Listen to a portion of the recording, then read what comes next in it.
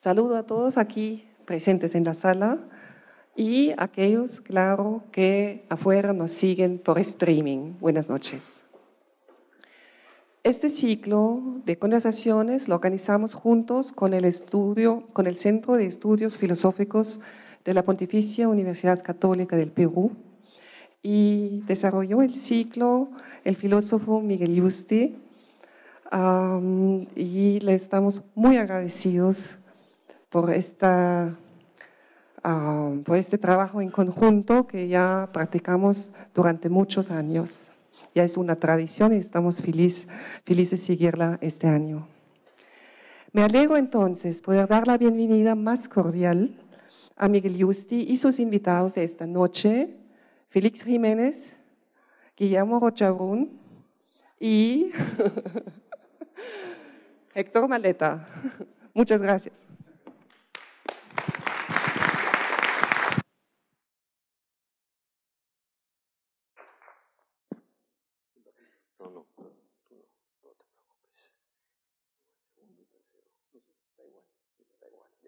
Bueno, muy buenas noches.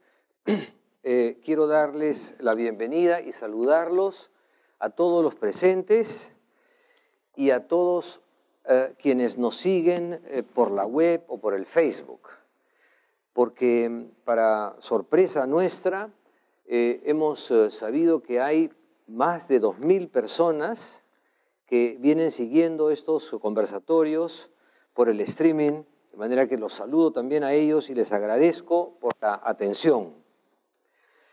Vamos a conversar hoy día sobre el Capital de Marx, sobre la vigencia que pueda tener las ideas de Marx en el Capital. Y comienzo comentando que no exactamente en el Capital, pero sí en un libro titulado La contribución a la crítica de la economía política, Marx, en el prólogo, cita a Dante Alighieri con una famosa cita que dice: al entrar en la ciencia, así como en la entrada del infierno, se debe formular la siguiente exigencia. Y cita a Dante in italiano: qui si convien lasciare ogni sospetto, ogni viltà convien che qui sia morta, lo que significa: aquí, frente a las puertas de la ciencia, se debe abandonar toda sospecha, toda vileza debe ser aquí eliminada. Es la idea que tiene Marx al momento de escribir La ciencia del Capital, que el tema amerita que se diga de él lo que decía en La puerta del infierno de Dante: abandonar toda sospecha y toda vileza. El Capital de Marx es una obra de ciencia, pero no solamente es de ciencia económica, sino también de una ciencia filosófica y de una ciencia crítica, como hemos estado analizando en otros conversatorios, una teoría crítica de la sociedad, no simplemente un análisis de su funcionamiento de manera externa. Por eso nos importa del Capital no solamente los análisis económicos o los pronósticos que haya hecho Marx, sino también las teorías filosóficas o las teorías sobre la cultura que están allí presentes. Por ejemplo, me imagino que será un tema de debate hoy, su teoría sobre el fetichismo de la mercancía o sobre la mercantilización de las relaciones humanas, personales, que ha ocurrido en la sociedad capitalista, cosa que se ha incrementado con el tiempo, dándole en cierto modo la razón a Marx. Quiero también decir una palabra sobre el hecho de que en este conversatorio, a diferencia de todos los demás, solo hablan hombres y no hay ninguna mujer. Y quiero decir que fue contra nuestra voluntad que esto ocurrió, porque invitamos a muchas especialistas mujeres y no tuvimos la suerte, o a lo mejor no tuvimos la imaginación suficiente como para persuadirlas de que aceptaran. De manera que solo por cuestiones de tiempo y en contra de nuestra intención inicial, invitamos a 3 hombres y esto será entonces un all-male panel. Quiero agradecer además especialmente al economista, al doctor Héctor Maleta, que es un gran conocedor de la obra de Marx, por haber tenido la gentileza de acompañarnos, porque su nombre no aparece en el afiche. El invitado que aparece en el afiche es el economista Bruno Seminario, quien ha tenido un contratiempo y no nos ha podido acompañar en la noche de hoy. Por eso le agradezco mucho a Héctor Maleta por haber aceptado tomar su lugar. Es un honor para nosotros contar con él. Presento brevemente a los expositores en el orden en que intervendrán. Primero, el doctor Félix Jiménez, que es doctor en Economía por el New School de Nueva York, magíster en Economía por el Colegio de México, es profesor principal del Departamento de Economía de la Universidad Católica.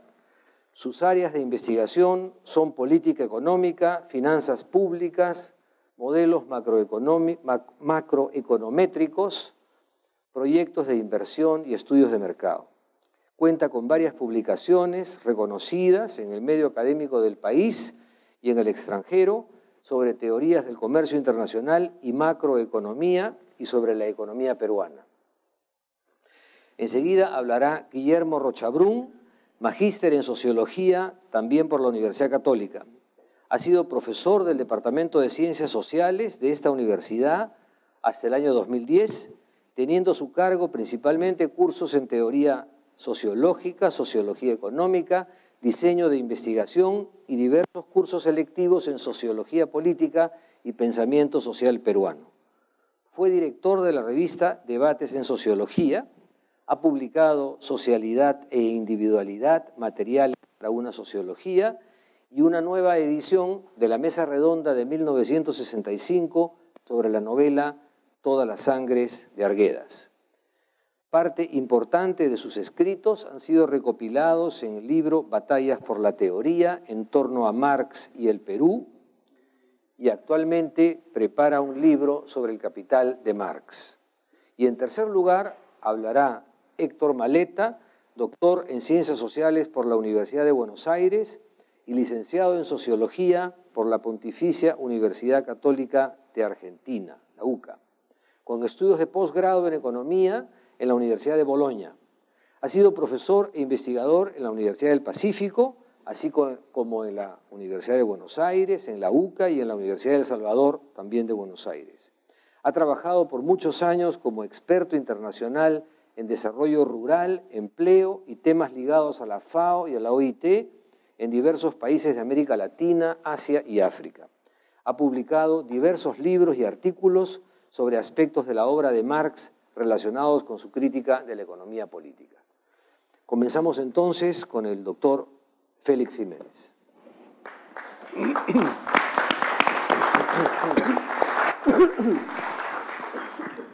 Buenas noches. Muchas gracias al Instituto, muchas gracias a Miguel por haberme invitado a participar en este conversatorio. Voy a dividir mi exposición en tres partes. Primero, describiré mi encuentro con los escritos de Marx y a dónde me condujo. Segundo, mencionaré algunas críticas a sus planteamientos más importantes. Y por último, concluiré mencionando cuál sería el contenido de un ideario político-filosófico partiendo de un Marx partidario de la democracia con emancipación. Mi encuentro. Debo decir que empecé a leer a Marx desde muy joven y que fui impactado por sus manuscritos de 1844 y por sus poemas a Jenny von Westphalen. Después me topé con el libro Marx y su concepto del hombre, escrito por Erich Fromm e inspirada en los manuscritos.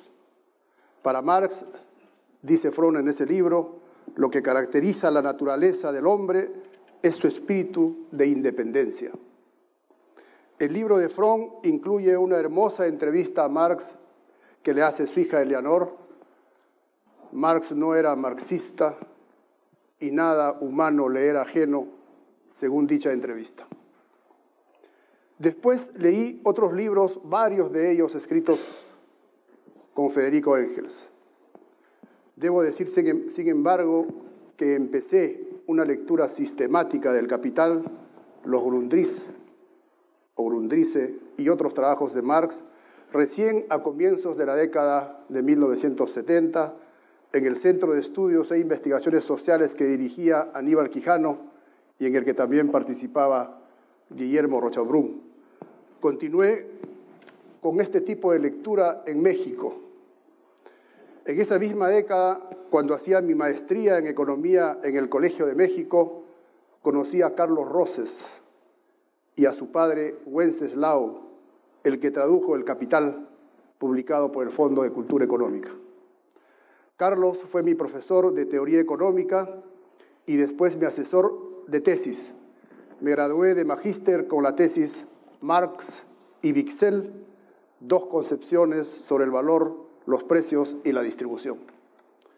En México también conocí a José Aricó, Pancho para sus amigos, autor del libro Marx y América Latina, quien tuvo la paciencia de leer algunos capítulos de mi tesis. Varias lecturas y relecturas posteriores, como las de Polanyi, Keynes, Kaldor, Kalecki, Sraffa, Skidelsky, Acemoglu, Jeffrey Williamson, mis relecturas de Smith y Ricardo y de varios teóricos del subdesarrollo y la dependencia, de Giovanni Arrighi, de Todorov y de algunos teóricos de la Escuela de Cambridge sobre el republicanismo, hicieron que Marx pasara a un segundo plano en mis reflexiones teóricas y políticas.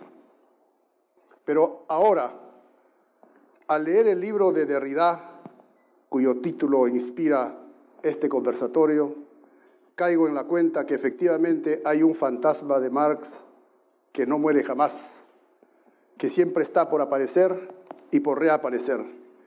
Es el fantasma capaz de autocrítica y abierto, dice Derrida, a su propia transformación, a su reevaluación y a su autorreinterpretación.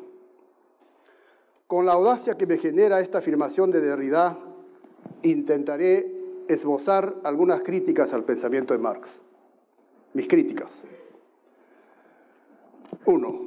Para Marx, el capital es una relación social de explotación de la clase obrera por la clase capitalista, de valorización en el sentido de extracción de la mayor cantidad posible de excedente. El capital produce esencialmente capital y lo hace así en tanto que produce valor excedente. De esta formidable explicación de la explotación de los trabajadores, Marx pasa a afirmar que el capital y el capitalismo son el resultado inexorable del desarrollo de las fuerzas productivas. No son los artículos elaborados, dice Marx, sino cómo fueron elaborados y con qué instrumentos, lo que nos permite distinguir diferentes épocas económicas. Los instrumentos de trabajo no solamente ofrecen un estándar del grado de desarrollo que el trabajo humano logra, sino que también son indicadores de las condiciones sociales por las que el trabajo es llevado a cabo.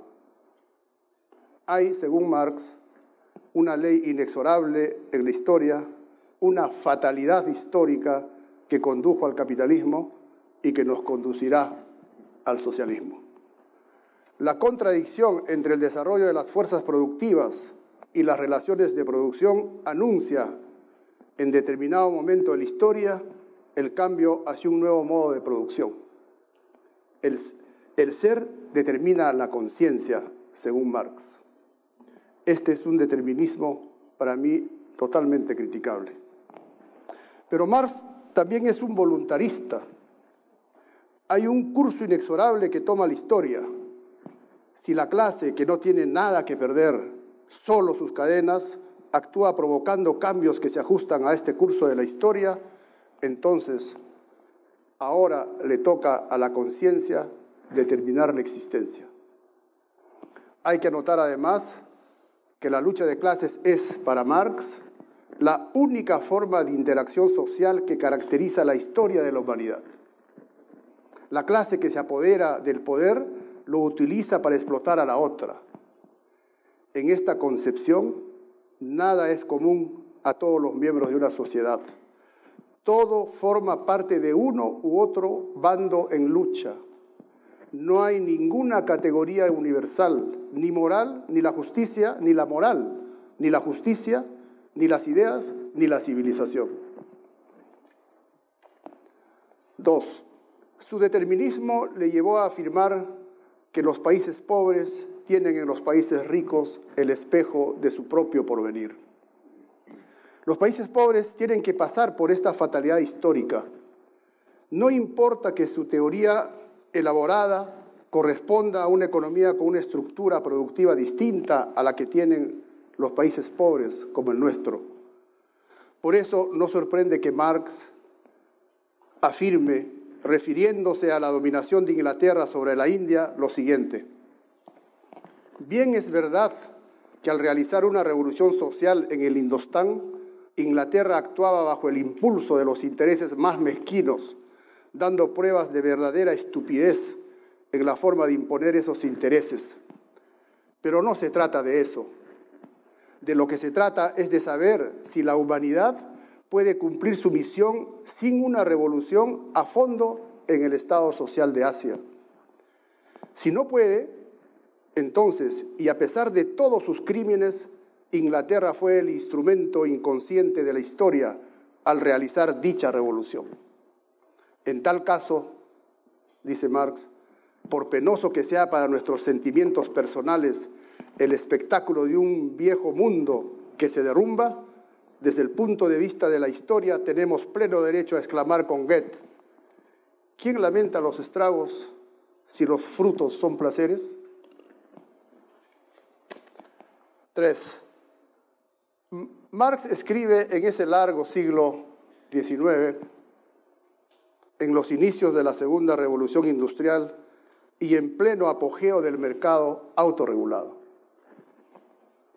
Pero para él no es el mercado autorregulado el que puso en riesgo a la sociedad en su conjunto al generar una profunda degradación de los valores y las instituciones.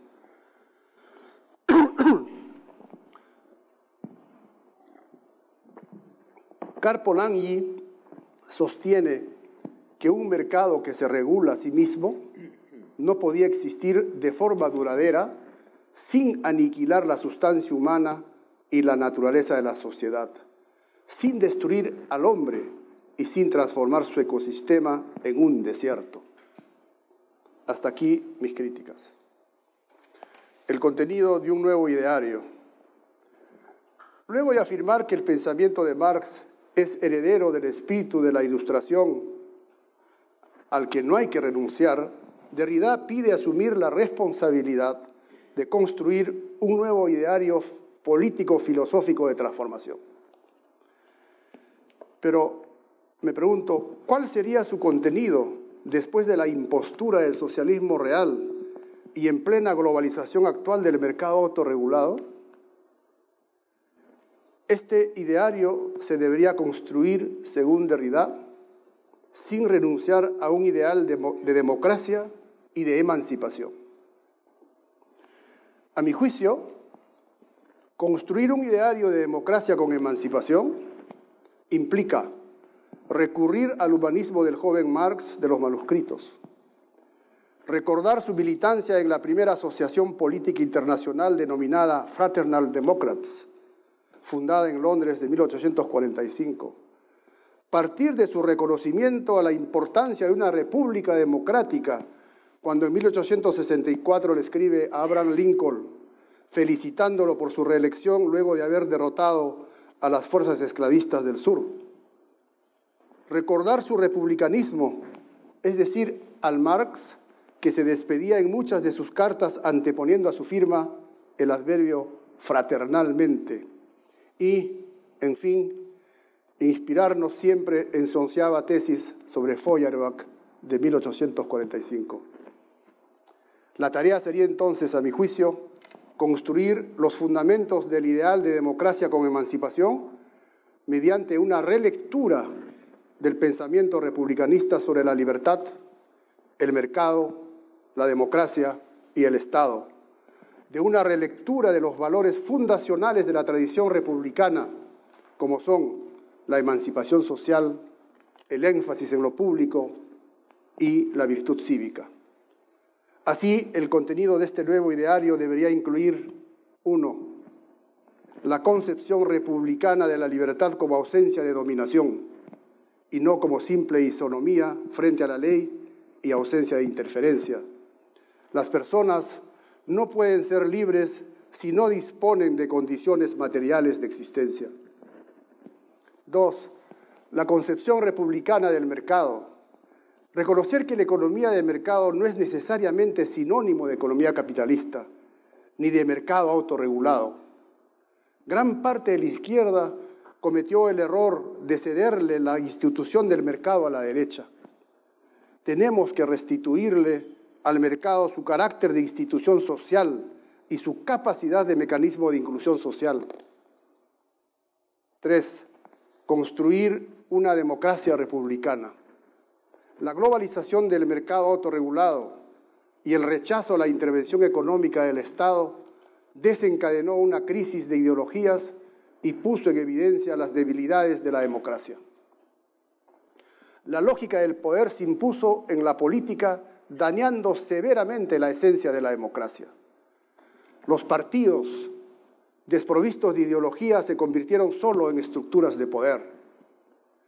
La democracia se redujo al momento de elegir a los representantes, pero cuando los grupos de poder privados asumen el control mediático de la sociedad, se anula en la práctica la libertad de los electores.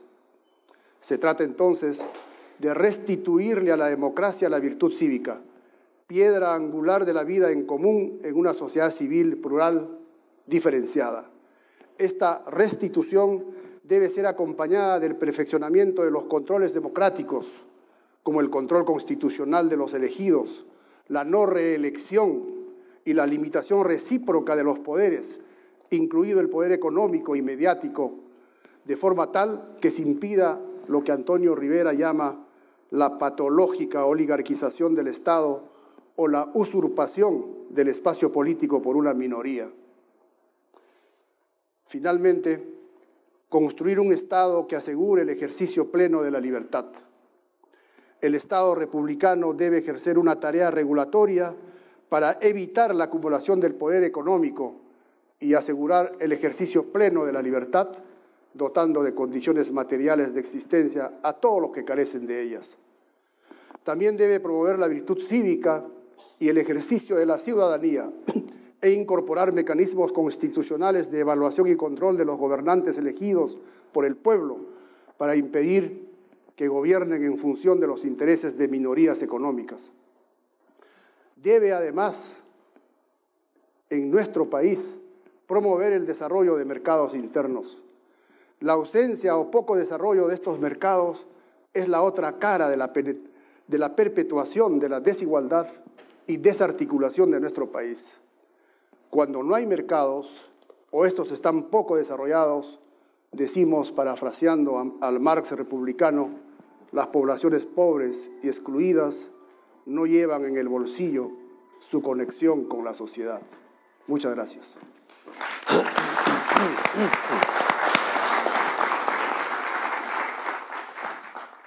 Muchas gracias, profesor Jiménez, que además ha sido 15 minutos exactos. Guillermo Rochabrún. Bueno, muchas gracias por la invitación. El Capital de ayer a hoy. La vida de Marx revela a un filósofo que al calor de los acontecimientos se va adhiriendo al rechazo a la sociedad burguesa moderna, la que más tarde sería llamada capitalista. Devenido accidentalmente en director de un periódico prodemocrático, Marx termina adscrito al comunismo. En esa trayectoria participa en los intentos revolucionarios de 1848, convencido de que el orden burgués se acerca a su fin inminente, contando para ello con la participación revolucionaria de la clase obrera. Tras el fracaso de estas insurrecciones, el resto de su vida será un exiliado político en Londres, donde si bien no participa directamente en intentos revolucionarios, mantendrá estas convicciones, pero dedicará todas sus energías a entender científicamente a qué se estaba enfrentando y a fundamentar ese final anticipado como resultado de su movimiento inmanente, siempre con el papel decisivo de la clase explotada por dicho orden, el proletariado. Era pues una empresa de conocimiento donde las conclusiones parecían estar trazadas de antemano. Por lo menos esto levanta serias sospechas sobre la seriedad del intento. Sin embargo, si algo ha sido casi unánimemente reconocido, incluso por netos adversarios de su pensamiento, ha sido la rigurosidad y escrupulosidad con que Marx manejó sus materiales. Así que al menos cabe el beneficio de la duda. A su muerte, Marx había publicado solo un primer tomo de todo el proyecto, titulado finalmente El Capital, dejando miles de páginas en versiones preliminares de las partes restantes.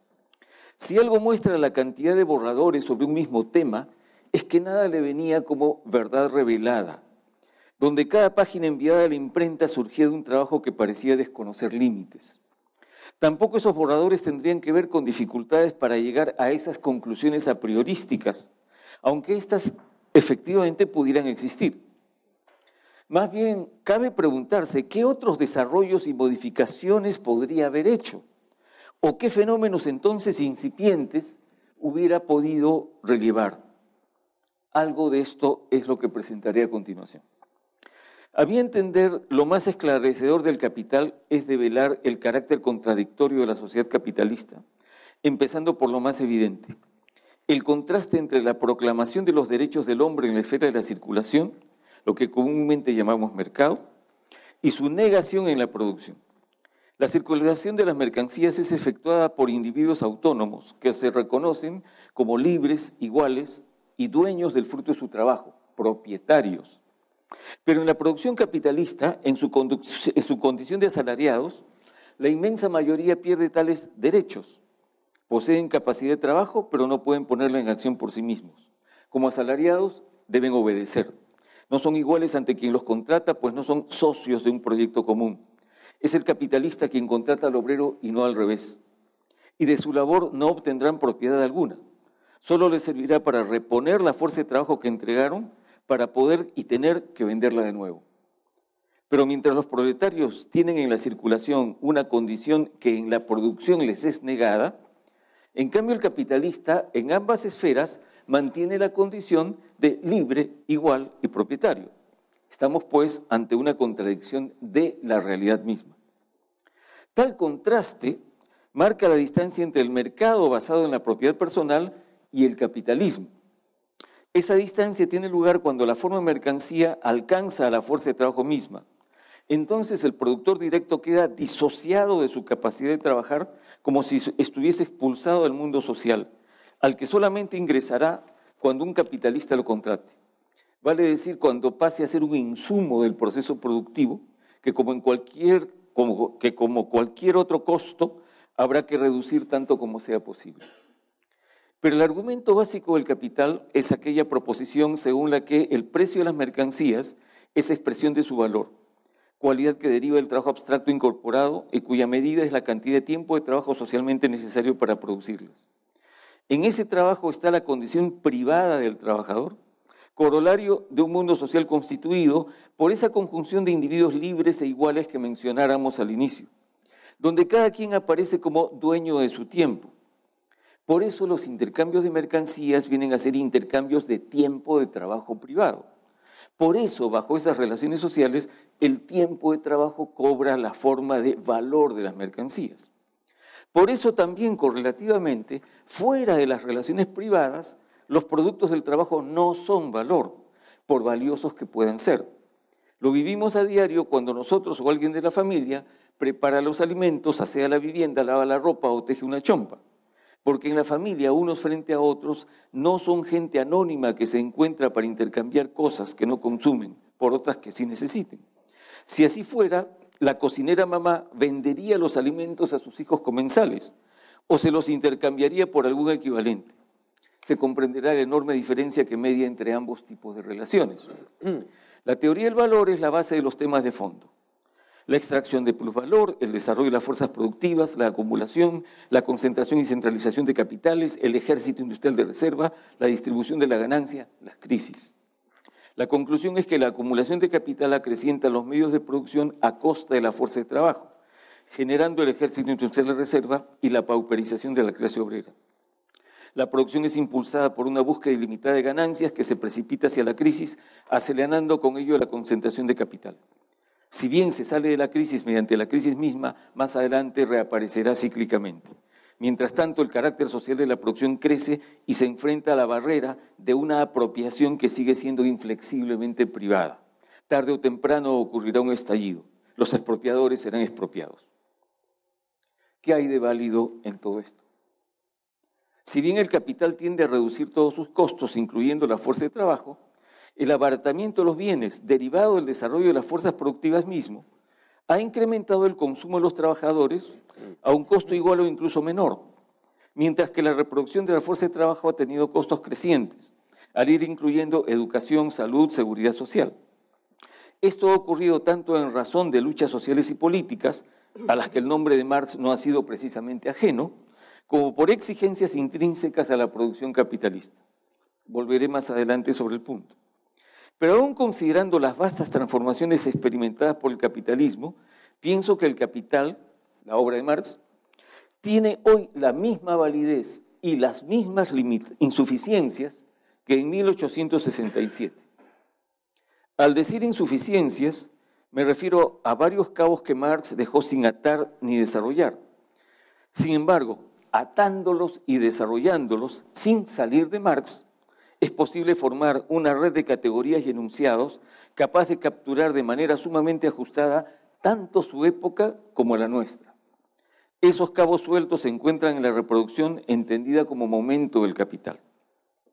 Al igual que circulación y producción, la reproducción es tanto un momento analítico peculiar como un campo de fenómenos específicos, pero por límites de tiempo solamente me voy a referir a estos últimos. La reproducción en principio no es sino la repetición del ciclo del capital, pero para que así sea, al finalizar un ciclo deberá haberse producido todo lo que requiera el ciclo siguiente.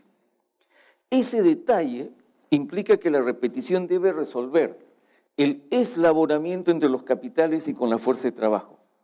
Pasamos así de la repetición a la continuidad. La reproducción demanda en particular las condiciones generales de la producción. Ello es todo lo que se sitúa en los intersticios del capital, vale decir, entre los capitales individuales y de la sociedad en su conjunto, consistente en bienes y servicios de consumo colectivo. Por ello, su existencia y funcionamiento afecta por lo general a todo y a todos. Recordemos el apagón de hace unos minutos. Al enunciar estas condiciones, Marx tenía en mente los medios de transporte y comunicación, pero podemos agregar represas, canales, redes de agua, alcantarillado y energía, desde puertos y aeropuertos hasta rellenos sanitarios. Estas obras son generadas con producción capitalista, aunque su funcionamiento puede ser o no ser como capital, y este a su vez puede ser estatal o privado. Pero en todos estos casos generan empleo y reducen así el ejército industrial de reserva. Si se trata de capital, empresas, la fuerza de trabajo producirá plusvalor y este hará parte de la acumulación global. Si no son capital, como organismos estatales no empresariales, el empleo que absorban no generará plusvalor. De este modo, el valor que ponen en movimiento se sustrae a la acumulación. Es valor que no va a engendrar plusvalor y amortigua, en modo alguno elimina, la posibilidad de una crisis por sobreacumulación. También corresponde a las condiciones generales de la producción lo referido a la reproducción de la fuerza de trabajo, servicios de educación, salud, retiro y espacios afines. Marx los incluyó en sus comentarios al programa de Gotha de 1875, agregando gastos administrativos y recursos para enfrentar contingencias. Todos ellos ámbitos que, aunque en proporciones distintas, existen en el capitalismo como en un futuro socialismo o comunismo. En el capitalismo, todos esos rubros reducen el ejército industrial de reserva, amplían los ingresos globales de los trabajadores y por lo general esterilizan valor que de otra manera se hubiese convertido en capital. El resultado de esta dinámica de la reproducción no es entonces una inmensa mayoría de obreros famélicos frente a una pequeña casta de magnates obesos, sino una estructura social e institucional sumamente compleja, aunque no significa arribar a un capitalismo equilibrado y armonioso. esos puentes, este consumo colectivo, que cruzan el abismo entre capital y trabajo, esos puentes ya existían cuando hubo 2 guerras mundiales, ¿y qué guerras? Culminaba la expansión colonial propiamente capitalista y después empezarían las luchas contra esa expansión colonial. Hubo una revolución triunfante inspirada en Marx y varias fracasadas, una gran crisis en el mismo corazón del capitalismo y varias crisis menores. La reproducción no es pues una colaboración concertada y amable, sino una pugna más o menos feroz, crisis incluida, explicada por la causa que Marx expuso, la búsqueda ilimitada de ganancias, no por ambición, avaricia, espíritu emprendedor o lo que fuera, sino por imperativos de la forma privada que asume la riqueza social. O dicho inversamente, todo lo que es social en el capitalismo es finalmente una respuesta a las exigencias cambiantes de esa misma forma privada de la riqueza. ¿Cuál fue entonces el problema con el análisis de Marx? En que él no desplegó teóricamente esta línea que él mismo introdujo. Es decir, no pasó a ver el aparato productivo como un conjunto de capitales que se entrelazaban, de un lado por sus eslabonamientos y del otro por las condiciones generales de la producción. En vez de ello, la acumulación quedó como movimiento de un capital global indiferenciado, estrictamente productivo. Correlativamente se fijó solo en la clase obrera industrial, descuidando la totalidad social. Fue al entender al capital como un bloque y no como un conjunto de capitales individuales, más sus intersticios, que arribó a la tesis de la pauperización como tendencia absoluta, obviando las consecuencias materiales institucionales que el consumo colectivo y el consumo improductivo traían consigo. Es decir, concluyó teóricamente en la convicción adquirida 20 años atrás, la experiencia revolucionaria de 1848, convirtiendo de este modo en algo necesario e inmediato el colapso del capitalismo, lo que podía no haber sido sino contingente y a plazo indeterminado.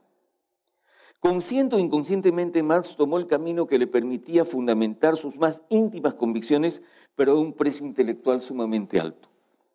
¿Se puede entonces decir algo en este replanteamiento acerca del final del capitalismo? Si en 1848 para Marx la crisis demostraba que la sociedad burguesa moderna llegaba a sus límites, en El Capital, en la obra de Marx, la crisis es un momento del carácter cíclico de la acumulación y no necesariamente síntoma de un colapso final. Pero contando ya con todos estos instrumentos de análisis, si el capitalismo estuviese llegando a su límite, ¿qué síntomas deberían ser visibles? Para sintetizar, voy a mencionar menciono 2. De un lado, muchos productos que deberían ser forma de mercancía y que los obtenemos gratis. Por ejemplo, todo lo que obtenemos por internet sin tener que pagar por ello.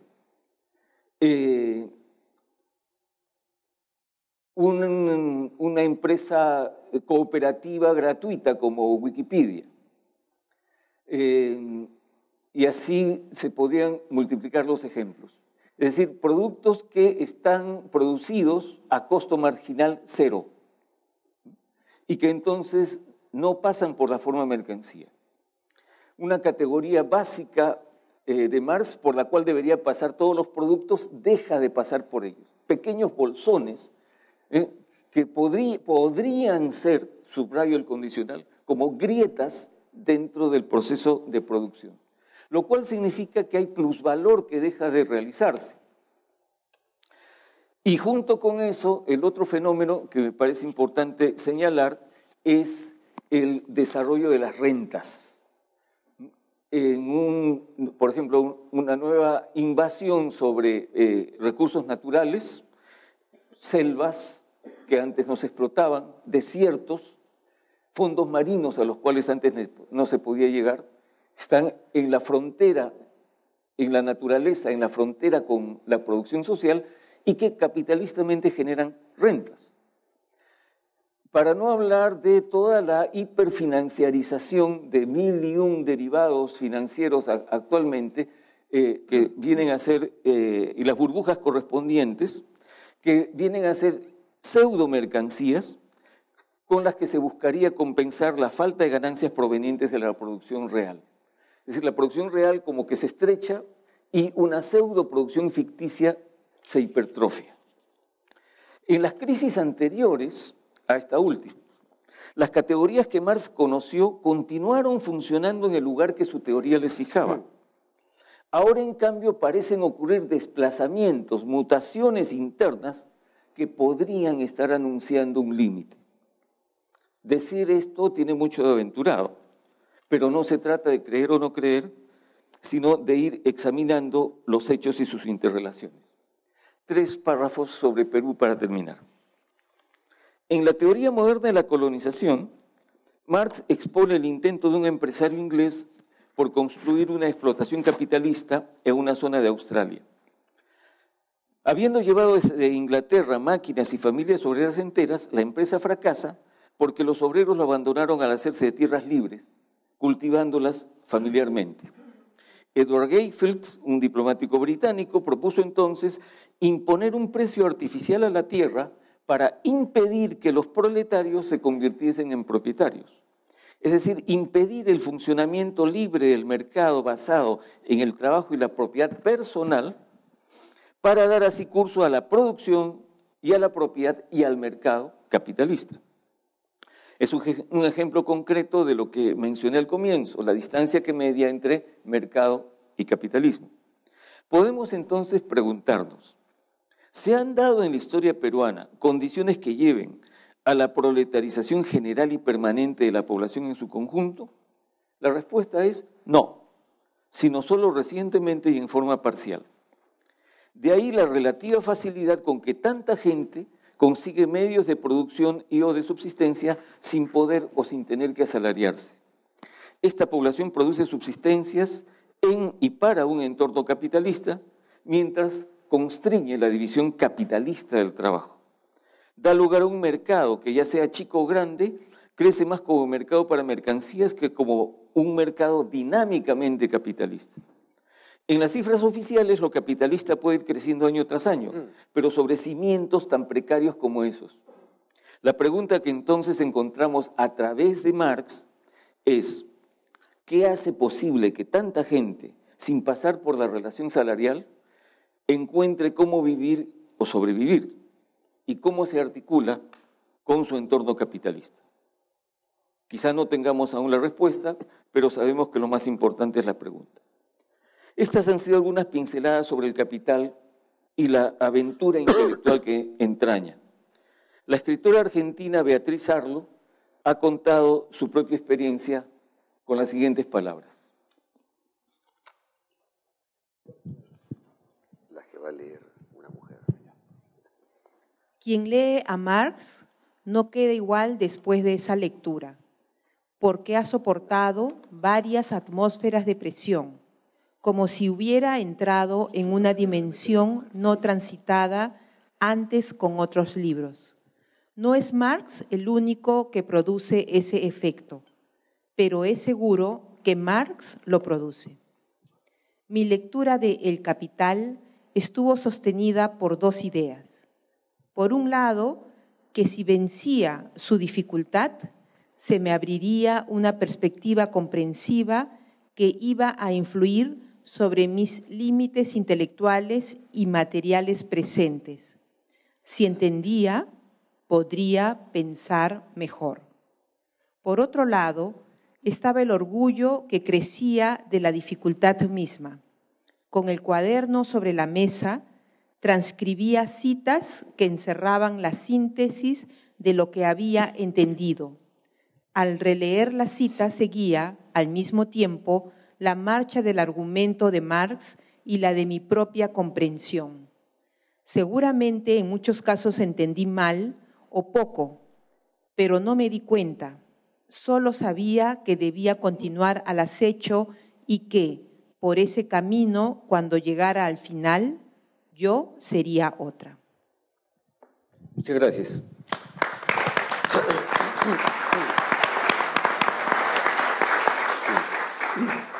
Muchas gracias. Escuchamos al doctor Héctor Maleta. Muchas gracias. Muchas gracias por invitarme y por esta oportunidad de hacer estas reflexiones. Este seminario se convocó ahora por los 200 años del nacimiento de Marx. Ahora, estamos en medio de varios aniversarios, que incluso abarcan el año pasado y el año que viene, y que pintan un poco una historia muy interesante entre, por un lado, la biografía del propio Marx en el siglo XIX. Hoy, este año se cumplen 200 años de su nacimiento y 135 de su muerte. El año pasado se cumplieron 100 años de la publicación del Capital. El año que viene se cumplen 160 años de la contribución a la crítica de la economía política, que es su gran exposición metodológica antes de publicar el Capital. Este mismo año se cumplen también 170 años de la publicación del Manifiesto Comunista, que es su gran obra panfletaria, digamos, antes de meterse en el análisis económico del que resultó el Capital. Esto en cuanto a Marx. Ahora, tenemos otros aniversarios. El año pasado se cumplieron 100 años de la Revolución Rusa, la primera sociedad socialista, el primer proyecto político socialista puesto en marcha por un partido vanguardista que toma el poder y construye una sociedad de ese tipo. Y también se cumplieron 50 años de la muerte del Che Guevara, que es quizá el primer episodio de una serie de eclipses de esos proyectos socialistas vanguardistas, en ese caso del guerrillerismo guevarista. Este año se cumple 40 años del viraje de la China hacia el capitalismo. El año que viene se cumplen 70 años del triunfo de la Revolución China, pero este año ya se cumplieron 40 de su viraje casi prácticamente definitivo, que en esta época donde Estados Unidos enarbola el proteccionismo y el aislacionismo, resulta que el Partido Comunista de la China es el adalid de la globalización y la libertad de los mercados. También se cumplen 90 años de la Gran Depresión de 1929 y años subsiguientes, que para muchos marxistas del siglo XX era, como para Marx, varias crisis que hubo en el siglo XIX, marcaba el campanazo de la caída o colapso del capitalismo. El año que viene también se cumplen 60 años de la Revolución Cubana, todavía no se ha eclipsado, pero ahí está, y se cumplen 30 años de la caída del muro de Berlín. De tal manera que tenemos, por así decir, dos historias. Por un lado, la historia de Marx, y por otro lado, la historia de los proyectos socialistas del siglo XX, su surgimiento y su eclipse, que generalmente fue acompañado por un colapso de carácter económico también, una imposibilidad de hacer funcionar la capacidad productiva de la sociedad bajo el tipo de organización que esos proyectos enarbolaron. Es interesante ver esto porque, así como Marx no era marxista, mucho menos era leninista, es decir, partidario, o mejor dicho, estudioso de la forma que tomaría una sociedad postcapitalista y cómo ella podría ponerse en marcha. Ahora, Marx no era ajeno a esta problemática, pero se le mezclaba permanentemente con su proyecto principal. Su proyecto principal, después de sus devaneos juveniles con el Manifiesto Comunista y los escritos juveniles de carácter humanista, fue entender el capitalismo. Descubrir por qué esta sociedad anárquica en la cual nadie estaba obligado a hacer nada, donde todos los sujetos hacían lo que querían, podían irse a trabajar a cualquier parte, migrar de un país a otro, los capitalistas podían invertir su capital en los proyectos más inteligentes o más disparatados, quebraban o triunfaban sin que pudiera ser esto organizado por nadie, cómo esa sociedad lograba mantenerse y cómo lograba desarrollar las capacidades productivas del ser humano. Este proyecto intelectual de entender el capitalismo estaba mezclado en su cabeza con estas ideas de una revolución que destruiría el capitalismo y instauraría un nuevo tipo de sociedad. Había una contradicción entre estos dos proyectos porque el propio Marx, en diversas partes de como lo han señalado los dos anteriores expositores, él ve al capitalismo como una potencia capaz de desarrollar las capacidades productivas del ser humano y señalando que cuando esas capacidades productivas llegan a un cierto nivel, ya el modo capitalista de organizar la economía les resulta insuficiente y seguramente allí comienza una transformación del sistema económico hacia nuevas formas como señalaba recién Willy Rochabrún, donde el carácter privado de la producción capitalista empieza a tener problemas porque ya la magnitud de las fuerzas productivas y su entrelazamiento a nivel mundial entran hasta cierto punto en conflicto con esas decisiones privadas de unos pocos capitalistas.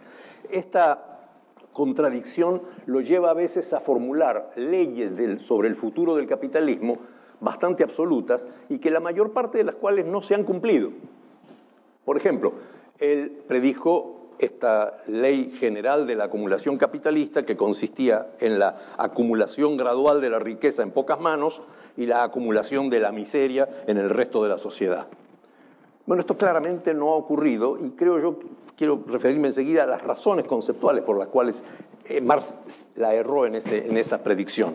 En realidad sí ocurrió un gigantesco desarrollo de los capitales y una concentración de esos capitales en empresas gigantescas que son más grandes que la mayor parte de las naciones de la Tierra, pero al mismo tiempo no se acumuló una miseria generalizada en el resto de la sociedad. Por el contrario, en el resto de la sociedad, sobre todo en las sociedades capitalistas más desarrolladas, los trabajadores mejoraron su nivel de vida. La misma oposición de clases que forma la esencia del capitalismo, por un lado trabajadores privados de medios de producción y por otro lado capitalistas que necesitan contratar trabajo ajeno, empieza a matizarse con la presencia de una cierta acumulación de capital entre los trabajadores. ¿Qué podríamos, por ejemplo, decir de los obreros alemanes que por las leyes de la economía social de mercado participan de las utilidades de la empresa?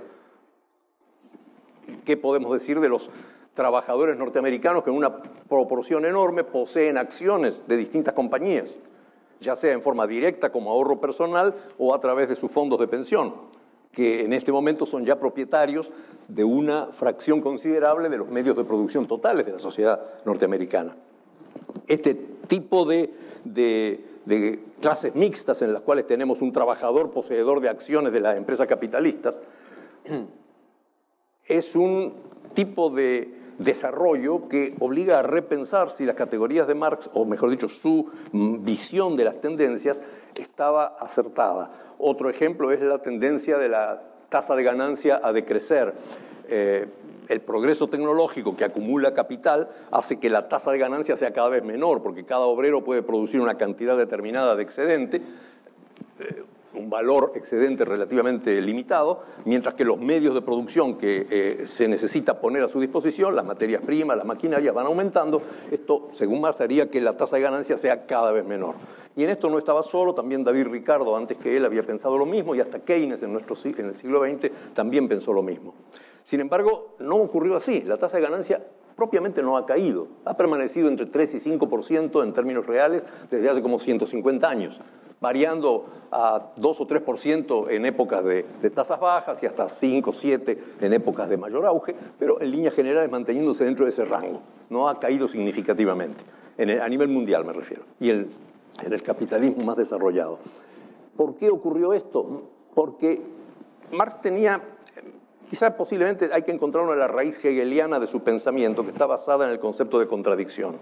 Las contradicciones lógicas de Hegel eran contradicciones de todo o nada, donde se oponían cosas totalmente opuestas entre sí, donde una de ellas poseía algo y la otra poseía lo opuesto o no poseía nada. Esta dialéctica de Hegel, donde estas entidades opuestas, que pueden ser ideas o pueden ser realidades, se enfrentan entre sí y terminan en una lucha que termina por crear una realidad nueva, conducen generalmente a los pensadores a pensar en ellas como leyes o derivar de ellas tendencias de carácter absoluto. O sea, por ejemplo, de la existencia de capitalistas y trabajadores, los capitalistas que tienen todo, los trabajadores que no tienen nada, de repente los trabajadores toman todo el capital, desaparecen los capitalistas y tenemos una sociedad de trabajadores. Es decir, el todo o la nada. En la realidad esto no es así. El mismo Hegel, con su idea de los cambios cuantitativos que se convierten luego en cualitativos, nos da una idea de algo más gradual. Y lo mismo pasa con otros procesos de transformación. El propio Marx, cuando describe esta dinámica de las fuerzas productivas y las relaciones sociales, que llega un momento en que empiezan a convertirse en obstáculos para el desarrollo de las fuerzas productivas, él no dice, y en ese momento ocurre una revolución fulgurante. La frase que usa es: en ese momento comienza una época de transformación social. No dice un momento, no dice un año, ni una semana, ni 10 días que conmoverán el mundo. Dice una época de transformación social, indicando que el capitalismo ocupa una época y poco a poco comienzan a aparecer obstáculos que van motivando modificaciones y van determinando épocas de transformación social. El capitalismo mismo determina una época de transformación y sus obstáculos determinan una subsiguiente época similar. Esto hace que veamos en Marx una especie, no quiero abundar porque hay muchos casos de estos en la obra de Marx. Hay allí en Marx lo que un autor italiano llama un anima divisa, un alma dividida, que ha estado presente en toda su obra desde los años 40, de los años 50, sobre todo cuando comienza su estudio de la economía política, donde oscila entre su voluntad analítica, su voluntad científica, y su espíritu alborotador, como lo llamaba Willy Nugent en el anterior coloquio de esta serie. El Marx alborotador quería la revolución ya. El Marx analista decía: momento, quizá todavía el capitalismo tiene una misión transformadora que cumplir y todavía no hay elementos como para que haya otro sistema que pueda superarlo en esa tarea. Y esto quizá puede durar bastante tiempo. De hecho, cuando critica el programa del Partido Obrero Alemán, el programa de Gotha, varias de las propuestas de ese partido en su congreso de Gotha, al cual él no asistió, él las critica utilizando frases como sueños infantiles, piadosas idealizaciones o palabras de ese tipo, como diciendo: esas son utopías, cosas que no se pueden realizar. Hay que reconocer la realidad y hacer las cosas, digamos, de acuerdo a las leyes que mueven esa realidad. Él pensaba en encontrar, lo dice así, las leyes de movimiento del sistema capitalista. Esto de las leyes de movimiento merece una pequeña puntualización. Conocemos alrededor de 2 o 3 paradigmas sobre leyes de movimiento de los grandes sistemas complejos, sea de ideas o de realidades. La primera, que era la que, de hecho, la palabra leyes de movimiento viene de allí, es la de Newton.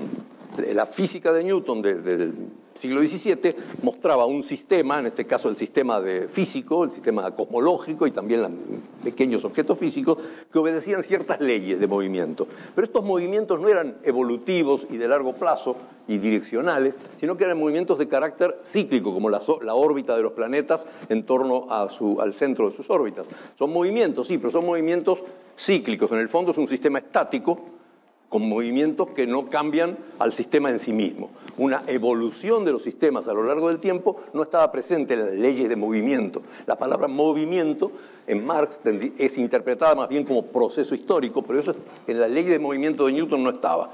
El siguiente paradigma dinámico de este tipo fue el de Hegel, pero como decía antes, está basado originariamente en concepciones lógicas, en dicotomías binarias, que implican cambios de todo o nada o síntesis cuyo mecanismo causal no está bien explicitado y que normalmente conducen a extrapolaciones extremas.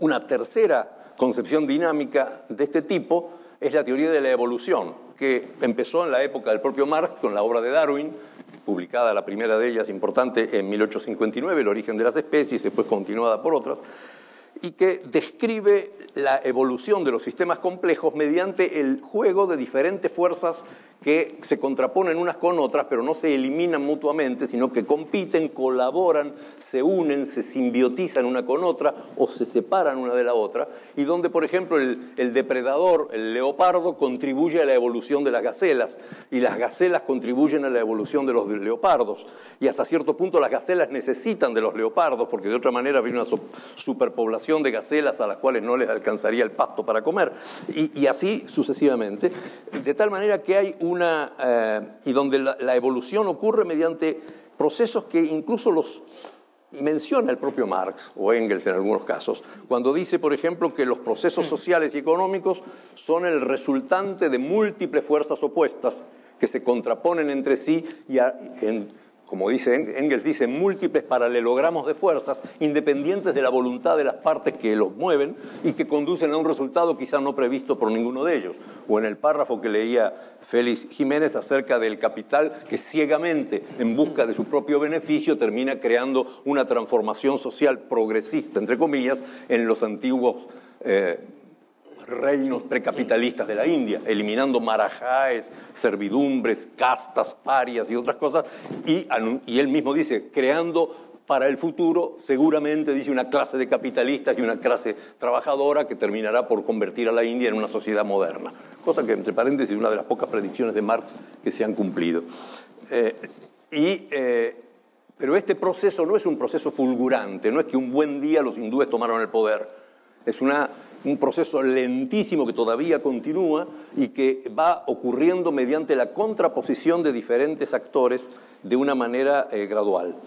Y esta concepción de la evolución social mediante un proceso evolucionario competitivo es sumamente interesante porque en nuestro tiempo, quizá en los últimos 30 años, en el marco de la economía y en otras ciencias sociales se ha incorporado esta visión evolucionaria que me gustaría llamar la atención porque quizá permita de alguna manera actualizar alguna de las visiones de Marx.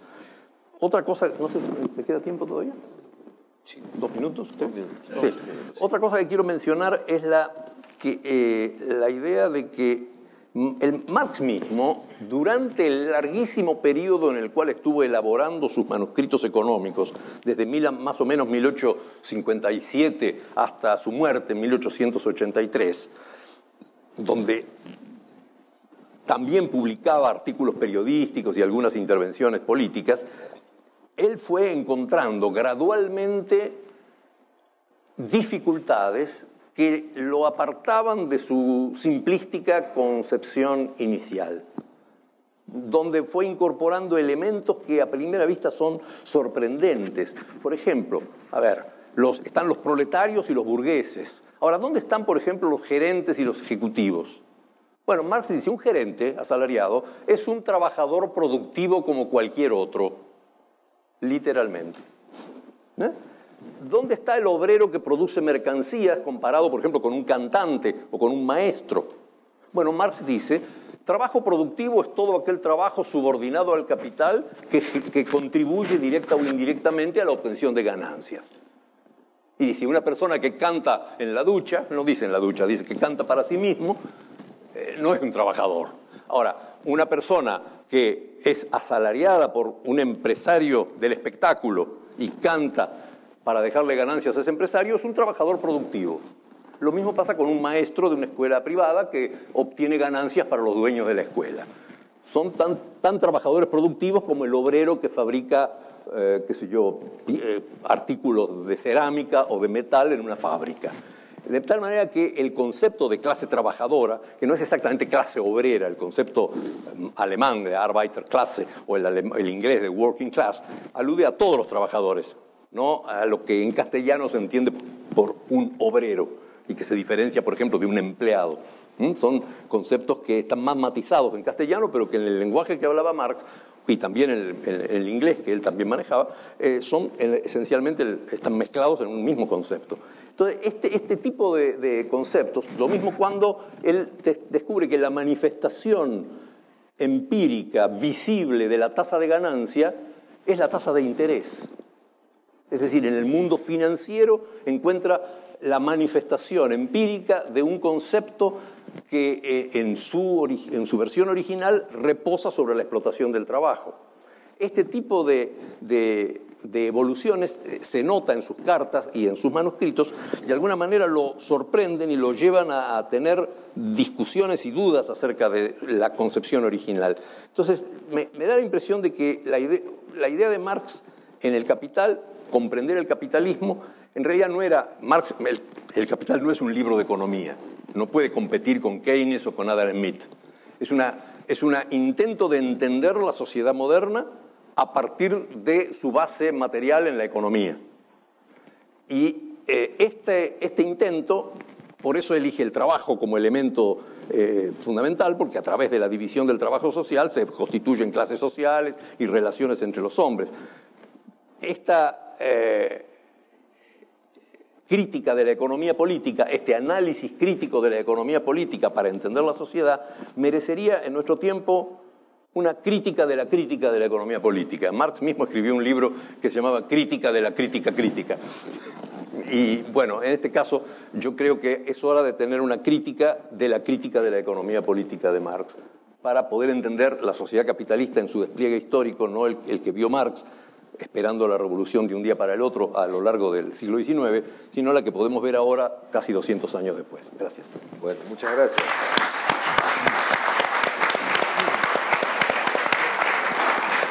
Bueno, yo quiero agradecer a los tres expositores por sus muy buenas presentaciones. Las tres han sido muy interesantes, sugerentes, y pasamos ahora a la discusión. Tenemos más o menos una media hora para preguntas.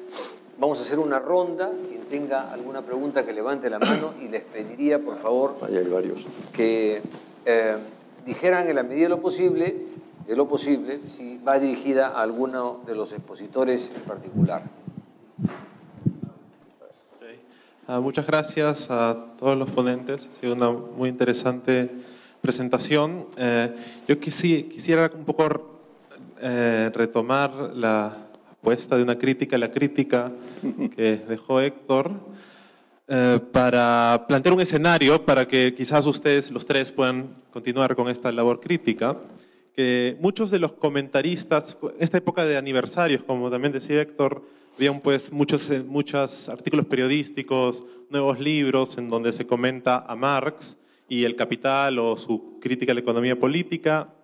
Y un tema que algunos mencionan es que creo que lo mencionó Guillermo en parte, es que quizás Marx dejó de ser vigente en los 70 o en los 60, pero que algo pasó desde los 70, que podríamos decir este periodo post-edad dorada del capitalismo, lleva a generar a que Marx tenga más actualidad que la que tenía incluso antes, ¿no? Es decir, que habría un retorno del capitalismo del siglo XIX actualmente, ¿no? Entonces el escenario que quisiera plantear es un escenario que se puede construir actualmente con varias lecturas.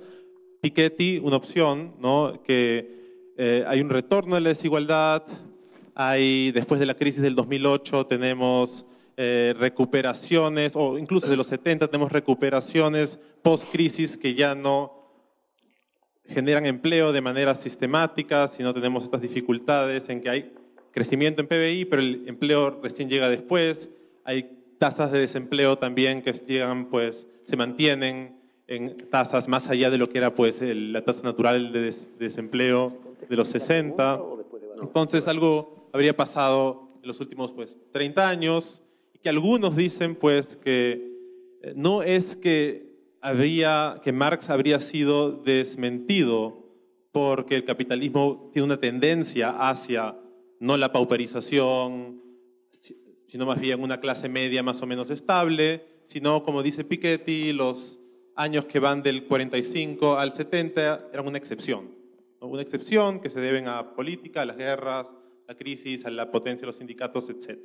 Entonces, ¿qué podemos hacer entonces si es verdad o no? Bueno, eso me dirán ustedes. Este escenario contemporáneo en donde hay un capitalismo que quizás ya no es tan fácil de atribuirle esa facilidad para resolver los problemas que Marx decía que tenía el capitalismo del siglo XIX. Es decir, en suma, el capitalismo contemporáneo se parece un poco más al del XIX o al que teníamos hace 30 años. Ok. Muchas gracias. ¿Otra pregunta? A ver, aquí adelante, por favor. Después pasamos para atrás. Aquí. Sí.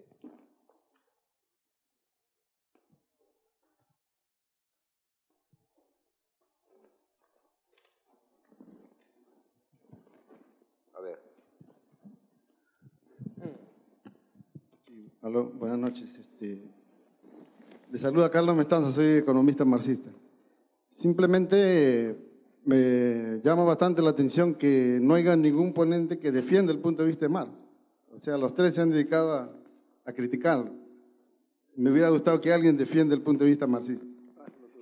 Lo que quiero es centrar en cuanto a lo que señala el doctor Félix Jiménez, de que hay un determinismo, dice, ¿no?, entre aquella ley de la contradicción entre el desarrollo de las fuerzas productivas y las relaciones de producción. Yo pienso que no es así.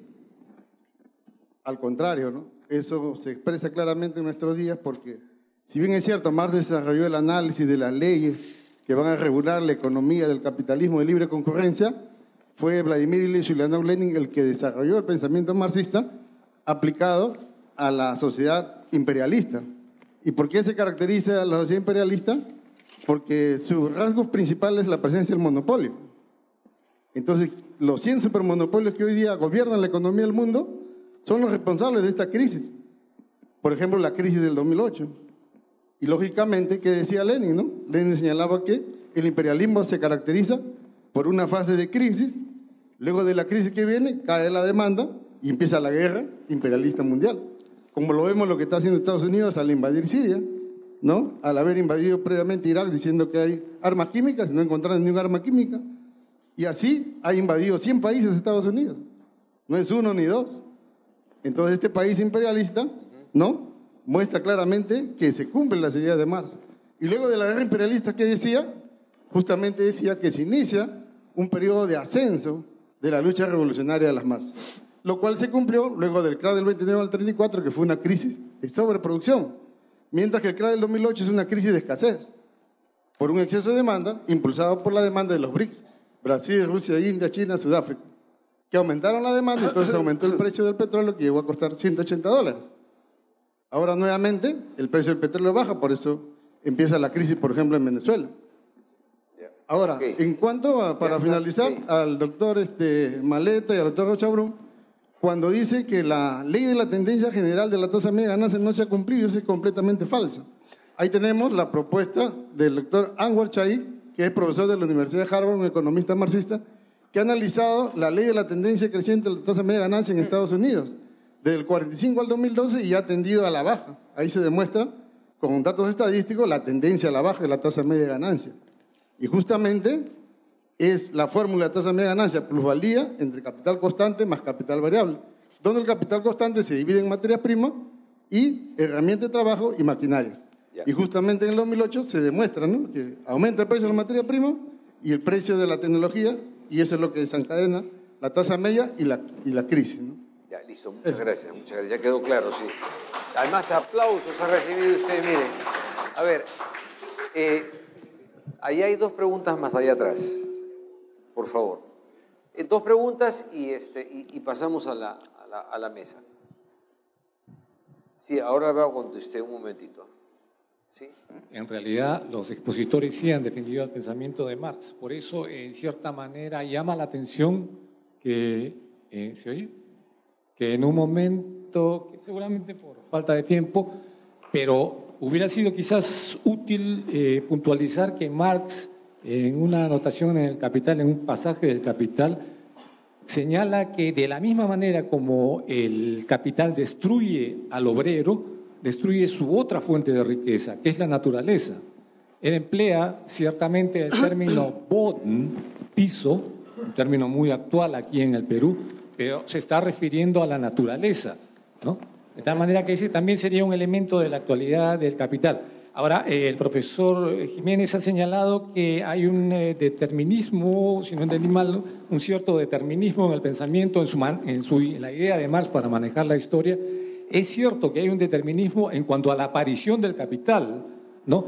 Marx dice que el capital aparece en Naturwuchsig, de manera natural. Wachsen es crecer, de manera natural a partir de formas previas de producción, como es el Zunft, la asociación, el gremio medieval. A partir de allí nace el capital de manera natural, determinista si se quiere, pero me parece que más allá de algunas proclamas más o menos agitativas, Marx no necesariamente cree en un determinismo de la aparición de la sociedad postcapitalista o socialista. También hay que notar brevemente que no es cierto lo que dice el profesor Maleta de que el trabajador se convierte en una especie de co-capitalista. En absoluto, yo lo soy. Ciertamente tengo un porcentaje de acciones que son sumamente limitadas. Después de mucho tiempo voy a viajar gratis en ejecutiva una vez al año, pero la jerarquía proletaria se mantiene por entero. Por entero, es falso, es una ilusión de que se va a resolver eso. Gracias. Ya, y una última pregunta al señor que está ahí. En la próxima ronda. Gracias. Algunas inquietudes para los Pero expositores. pocas inquietudes. 6 nada más. ¿Cómo que 6? No. 3. Parece que una o dos nomás. Ciertamente, en Alemania podríamos expresar que los obreros o los proletarios de la Alemania actual tienen condiciones de vida muy superiores que el resto de proletarios del mundo. Pero ¿qué decimos del mundo entero? ¿No? ¿Qué decimos del capitalismo mundial? Miles de millones de personas sometidas a condiciones de extrema miseria. ¿Cómo podríamos decir que el capitalismo puede tener algo provechoso para la humanidad? Somos 7.000 millones. Segundo, a ver. Dentro de 50 años vamos a ser 14.000, dentro de 100 años vamos a ser 21.000. ¿Cómo va a vivir el capitalismo? ¿Cómo va a poder sobrevivir el capitalismo con tanta población? Va a tener que exterminar a poblaciones enteras, o lo exterminaremos nosotros, los obreros. La segunda. No, basta con eso. La forma de gobierno, la forma de régimen político. ¿Por qué no podemos pensar de que en el futuro sea la democracia directa la que pueda gobernar un país? Ya, pero eso ya es... Tampoco fue el tema. Entra en el juego. Entra en el juego. Ya, la última. Muy bien. Entonces, ¿por qué no podemos pensar también de que no solamente, de que el mercado es algo eterno? ¿Por qué no puede? Y el mercado implica precios, y precios implican desigualdades sociales, y implica ricos y pobres, y si no, eso no funciona. ¿Por qué no podemos pensar en el futuro en una economía basada en la conciencia de la gente?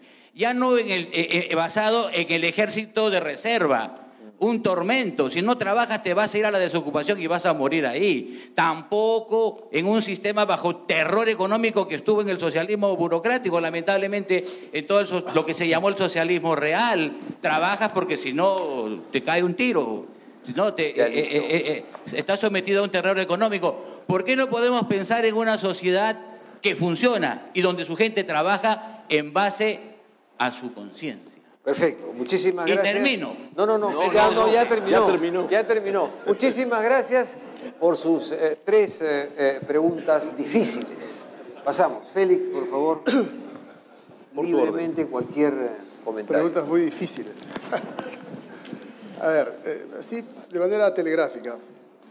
Me gusta la primera pregunta. Efectivamente hay un retorno al capitalismo del siglo XIX, que es el capitalismo autorregulado que critica Polanyi. Ese capitalismo, como el mismo Polanyi describe en su libro La Gran Transformación, destruyó instituciones, degradó la sociedad en su conjunto, ¿no? Y como leí una cita, ¿no? Polanyi dice que un mercado que se regula a sí mismo no podía existir de forma duradera sin aniquilar la sustancia humana y la naturaleza de la sociedad, sin destruir al hombre y sin transformar su ecosistema en un desierto. Y claro, ese capitalismo autorregulado se ha vuelto a imponer en el mundo a fines de los 70s, ¿no? Con el neoliberalismo, o sea, la globalización del capitalismo autorregulado, le llamo yo, ¿no? Que se resume en 2 ideas, ¿no? Que no hay sociedad, hay individuos, decía Margaret Thatcher, por ejemplo, ¿no?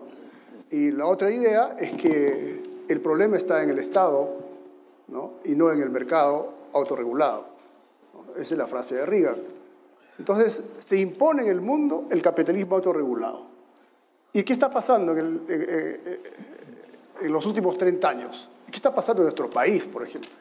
Así como ocurrió a fines del siglo XIX, la corrupción se generalizó, ¿no?, en toda la sociedad. Aparecieron los Robert Barons en Estados Unidos, ¿no? Algún presidente dijo que el gobierno es de los empresarios, para los empresarios y por los empresarios. Algo parecido se vive ahora. La imposición del interés privado sobre el interés público, ¿no es cierto?, y la generalización de la corrupción, cuando el poder, ¿no?, la estructura de poder aparece como elemento básico en la acción, por ejemplo, de los partidos políticos. Entonces, yo coincido con esta idea, ¿no? Por eso yo mencioné, digamos, esos dos periodos históricos. Puedo decir más, pero se va a pasar el tiempo, ¿no? Hay que, sobre la segunda pregunta, ¿no es cierto? El ser determina la conciencia. Hay mucho debate sobre eso. O sea, no podemos tener una mirada así con anteojeras, ¿no? Hay una enorme discusión sobre qué determina qué, instituciones políticas e instituciones económicas o instituciones económicas e instituciones políticas. Y qué tipo de instituciones hay en las sociedades, ¿no? Lo que se impone en el mundo ahora, en el plano de la teoría de la economía institucional, es que las instituciones políticas son las que determinan el carácter de las instituciones económicas, ¿no? O sea, no es la estructura económica la que determina el carácter de las políticas o la superestructura de las ideas. No. Además, la realidad lo demuestra, ¿no? Basta hacer un poco de historia, ¿no? Al propósito, hay un excelente libro de Acemoglu sobre esto, ¿por qué fracasan las naciones? Entonces, las instituciones políticas, el carácter de esas instituciones, si son extractivistas, si son inclusivas, son las que determinan las instituciones económicas, extractivistas o inclusivas. Entonces, creo que es bien discutible esta idea de que el ser determina la conciencia, la estructura determina la superestructura, ¿no? Y a partir de ahí hacer un materialismo, una concepción materialista de la historia, que es un fatalismo histórico, ¿no es cierto? Entonces, yo creo que yo no defendería, digamos, esta tesis de Marx, ¿no? La otra pregunta, sobre la tasa descendente de ganancia. Miren, hay literatura, abundante literatura, que muestra que Marx, la teoría de Marx y la teoría neoclásica que yo critico en mi tesis, que hace un resumen Pixel, nace de Ricardo. Sí. ¿Cuál es la premisa central de David Ricardo? Los rendimientos marginales decrecientes de la tierra. Y Ricardo plantea que hay una relación inversa entre ganancias y salarios. Los neoclásicos extienden esta ley de los rendimientos decrecientes de la tierra a todos los factores. Y por supuesto Marx y los neoclásicos coinciden con esta idea, ¿no?, del descenso de la tasa de ganancia a medida que la composición orgánica del capital aumenta. Está en el modelo de Solow, está en el modelo de Ramsey, Cassey-Kuhlmans, ¿no? Están en todos los modelos neoclásicos. Está en el modelo de dos sectores parecido al de Marx, de Usawa, ¿no?, que yo enseño en mi clase. Entonces, ese planteamiento, ¿no?, de la tasa descendente de ganancia además llevó a Marx a una polémica absurda con John Weston, ¿no? John Weston era miembro de la Asociación Internacional de Trabajadores. Él se oponía a esta idea de Marx de que hay que, digamos, buscar la reivindicación de los trabajadores, hay que aumentar los salarios, porque de esa manera le afectamos al capital porque va a bajar su tasa de ganancia.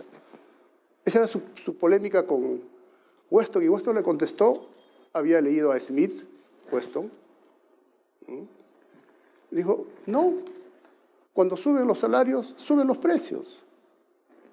Los precios no permanecen constantes para que baje la tasa de ganancia, ¿no? Entonces, además la historia ha demostrado eso, ¿no es cierto? Keynes agarra lo de Smith, esta idea de que cuando sube el salario o los costos de producción, suben los precios, ¿no? Suben los precios. Hay otros economistas como Kalecki, por ejemplo, que dice en determinado rango, o sea, siempre que el costo unitario de producción no exceda determinado límite en el rango de producción, no cambian los precios, pero pueden cambiar los precios, ¿no? Hay teorías, que además hay evidencia empírica, ¿no es cierto?, que demuestra que efectivamente no hay esa famosa ley de la tasa descendente de ganancia. Kaldor, en los años 50, escribió un excelente libro donde tiene un capítulo de hechos estilizados del crecimiento de la economía capitalista. Y uno de los hechos estilizados que plantea Kaldor, estoy hablando de los años 50 del siglo XX, es que la tasa de ganancia es estable, la participación de los beneficios en el ingreso es estable. Y resulta que las cifras posteriores demostraron que no son estables, que fluctúan mucho. Y no fluctúan sobre una tendencia descendente. Depende de las épocas históricas. Por ejemplo, si tomamos el Golden Age del capitalismo del 45 al 73, que analiza muy bien Angus Madison, ahí no hay tasa descendente de ganancia. ¿Quién me puede decir, ¿no? ¿Quién puede agarrar evidencia empírica que diga que la tasa de ganancia descendió en ese periodo? No, fue la edad de oro del capitalismo. Entonces, hay varios periodos donde las tasas suben mucho, otras bajan, ¿no? O sea, no hay tasa descendente de ganancia. Uno podría decir que en todo caso la tasa de ganancia es una variable estocástica, ¿no es cierto?, que tiene media cero, o sea, sus errores, si pudiéramos calcular su tendencia. ¿No?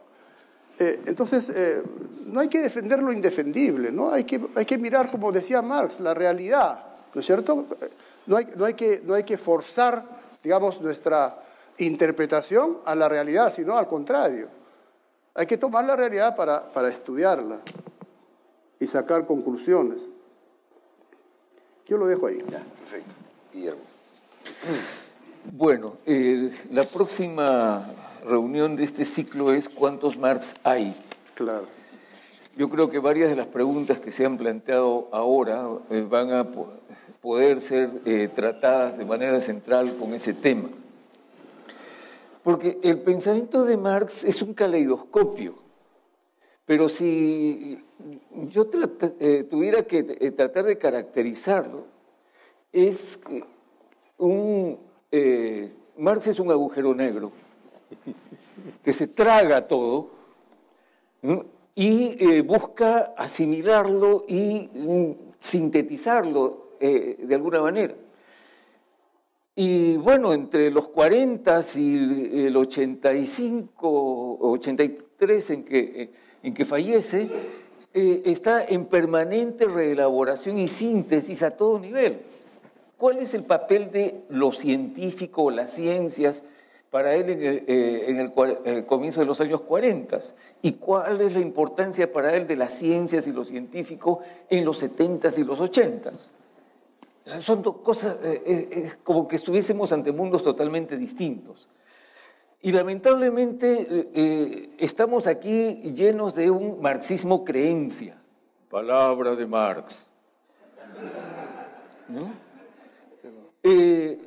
Un marxismo creencia como si Marx fuese un autor de frases célebres. No, lo que tenemos en Marx es un permanente proceso de razonamiento. Por eso, si el ser determina la conciencia, o sea, al revés, son, sí, expresiones sintéticas, pero lo que tenemos que preguntarnos es, ¿Marx lo fundamenta o qué lo habrá llevado a decir eso? ¿O de qué manera eso se manifiesta en su propia obra? Entonces, en lugar de la frase célebre, tenemos que preguntarnos cómo razonaba. Por eso, si me plantean que aquí nadie ha defendido a Marx, yo creo que a Marx no hay que defenderlo, a Marx hay que desarrollarlo y no estarlo repitiendo.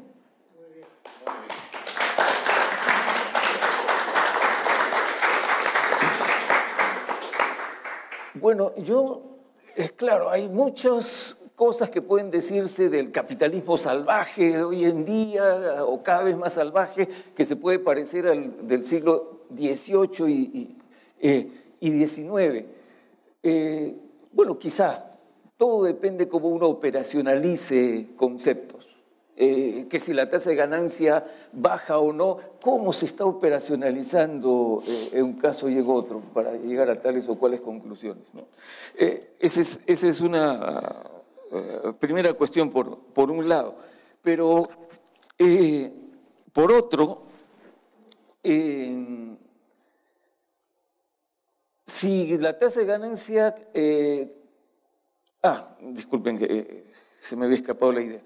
Pero si nos parecemos o no al siglo XIX por esta liberalización de los mercados, este regreso al mercado autorregulado, pero ahora vivimos en un mundo lleno de instancias y agencias internacionales y mundiales de todo tipo, no solamente las de las Naciones Unidas.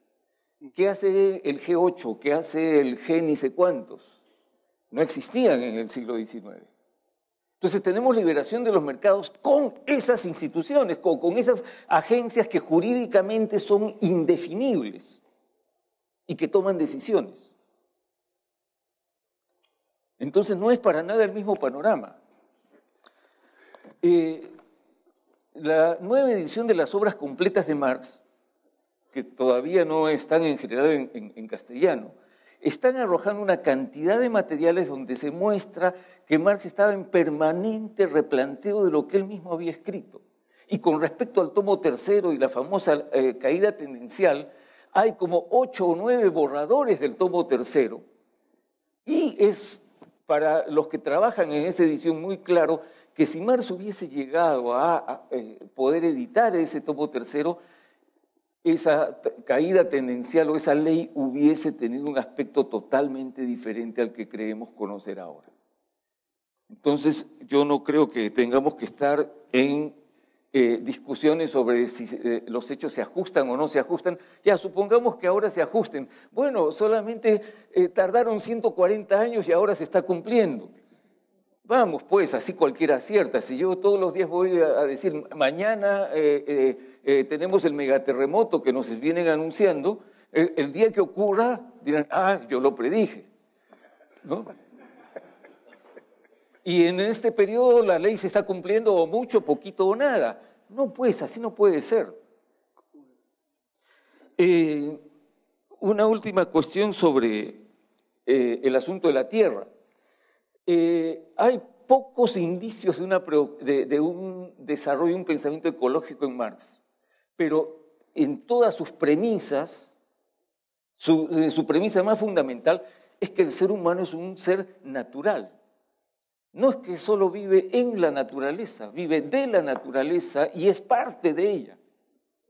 Por lo tanto, si hay algún pensamiento donde un razonamiento ecológico, una preocupación ecológica pueda estar de manera inherente, es en Marx mismo.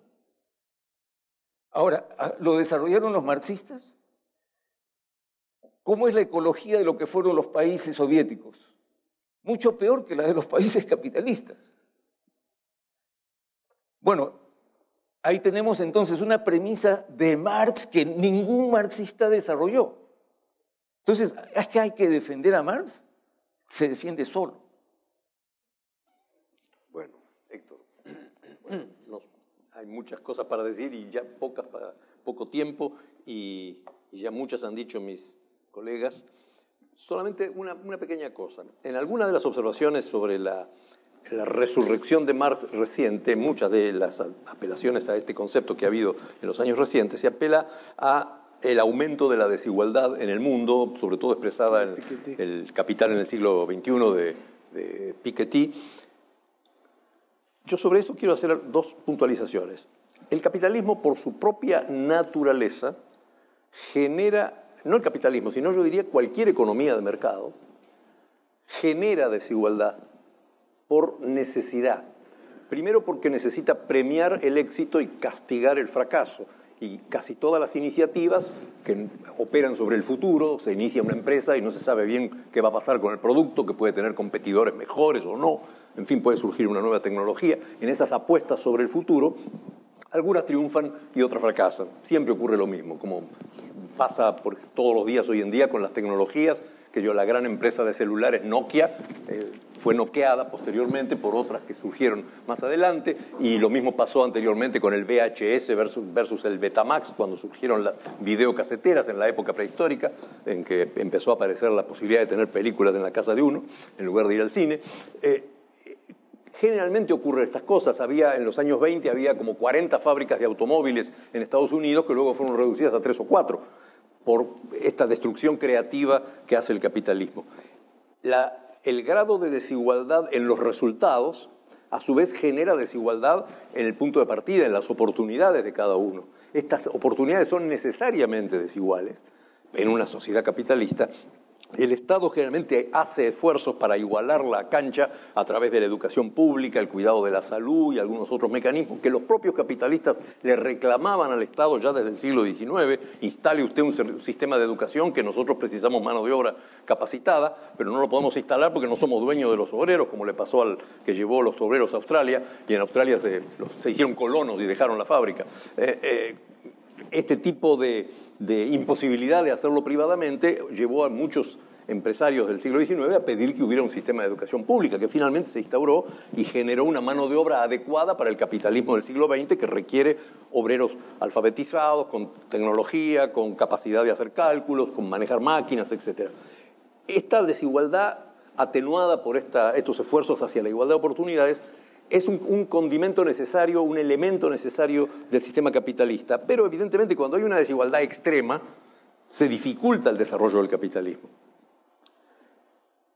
Pero por eso generalmente se piensa que existe algo así como un nivel óptimo o intermedio de desigualdad que sería el más adecuado. Una igualdad total sin posibilidad de recompensas diferenciadas para diferentes éxitos o fracasos no permitiría que funcione un sistema de mercado, mientras que una desigualdad absoluta donde uno tiene todo y todos los demás no tienen nada tampoco serviría. Entonces debe haber algún nivel óptimo de desigualdad, llamémosle así. Y por otro lado se suele confundir la desigualdad con la pobreza. No es exactamente lo mismo.